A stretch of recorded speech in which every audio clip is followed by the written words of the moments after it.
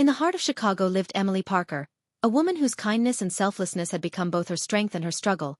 Because Emily was the type of person who always gave more than she received, the type who poured love, time, and patience into others until there was nothing left for herself. Yet she believed in the goodness of people and in the idea that if you gave your best, life would eventually reward you with the same energy. But life often has a way of testing those who hope the most. Emily had moved to Chicago from a small town in Ohio, chasing dreams of independence, stability, and building a life worth remembering. She worked as a school counselor in Lincoln Park, spending her days guiding students through their challenges, offering words of encouragement, and listening to stories that no one else cared to hear. Her heart was her greatest gift. And that heart was also her weakness, because outside of her job, Emily gave and gave to the people around her, her friends, her family, and her longtime boyfriend Jason Miller. But no matter how much she offered, she found herself often wondering if it was ever truly appreciated. Jason had been her partner for 6 years, and in those years she had stood by him through failed business ideas, career changes, and moments of doubt. She was the one who helped him pay rent when he was short, the one who stayed up late editing his resume, the one who sat in the crowd at his first public speaking gig even when she was exhausted from work. But Jason, though charming and ambitious, often failed to notice the depth of her sacrifices. He saw her loyalty but not the invisible weight she carried to keep them both afloat, and slowly Emily began to feel invisible herself. Her friends in Chicago often teased her for being too nice, telling her she needed to set boundaries, but Emily always shook her head with a smile, saying, "When you love people, you give them everything you can," and deep down she truly believed love meant sacrifice. But little by little, the sacrifices began to drain her spirit. One autumn evening, Emily found herself sitting on a park bench in Millennium Park, looking at the golden leaves swirling around. She held her phone in her hand, staring at Jason's latest text, a short message telling her he couldn't make dinner again because he was busy with something important. And she sighed because she had been planning the evening all week, cooking his favorite meal, even rushing from work to get fresh ingredients. She stared at the unread messages she had sent him earlier, filled with cheerful updates about her day, and felt a sting in her chest because his replies had been short, distracted, like her words no longer mattered. And in that moment, Emily began to ask herself a question she had been avoiding for years. Was she giving her heart to someone who would never truly see her?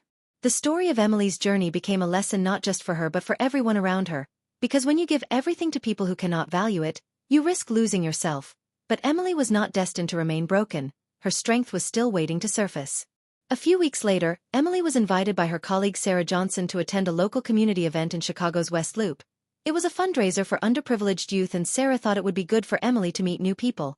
At first Emily hesitated, because she was tired, her heart heavy from the constant one-sidedness of her relationship with Jason, but she agreed. And that night she found herself surrounded by laughter, music, and people who shared her passion for helping others. And for the first time in months, she felt a spark of joy. At the event, Emily met Daniel Roberts, a photographer from New York City who had recently moved to Chicago for work. He was warm, attentive, and curious about the world. And when Emily spoke about her work as a school counselor, Daniel listened with genuine interest, asking thoughtful questions instead of nodding absent-mindedly like Jason often did.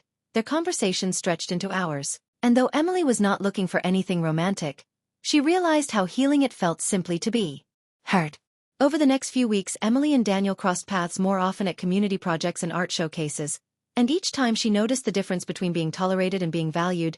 Daniel respected her time, he remembered small details she shared, and he encouraged her dreams in ways that Jason never had.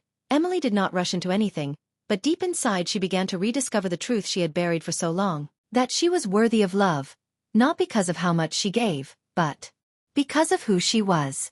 Meanwhile, Jason continued to grow distant, always chasing new opportunities, always too busy for her, until one evening when Emily finally confronted him in their small apartment near Wicker Park. She told him through trembling words that she had given him everything, her love, her patience, her sacrifices, but it was never enough, and his silence in that moment told her everything she needed to know. Because love without recognition is not love at all. It is emptiness disguised as companionship, and she realized she could no longer carry the weight of a relationship that only drained her. Breaking free was not easy. Emily cried for weeks, questioning her worth, but slowly she built herself back piece by piece. She spent more time with friends, explored the beauty of her city, walked along Lake Michigan at sunrise, and discovered joy in her own company. And as she healed, she began to see clearly that giving everything to others without receiving respect in return was not noble, it was self-neglect. And Emily vowed never to lose herself again.